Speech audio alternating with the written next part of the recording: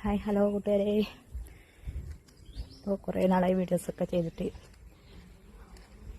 കുറച്ച് തിരക്കിലായിരുന്നു. അതുകൊണ്ടാണ് പഴയ വീഡിയോസ് എല്ലാം ഇട്ട് ചാമ്പര്.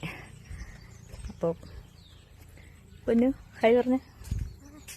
പൊന്നിന് ഭയങ്കര പനി, നല്ല രാത്രി മുതലേ നല്ല പനിയേനെ. ഇന്ന് സ്കൂളിലൊന്നും പോയില്ല. ഇതൊക്കെ ഒന്ന് കാണിച്ചിട്ട് വരാമെന്ന് വിചാരിച്ച്. ചുമയും പനിയും. അപ്പോൾ എല്ലാവരും ബിസി ആയിരിക്കും.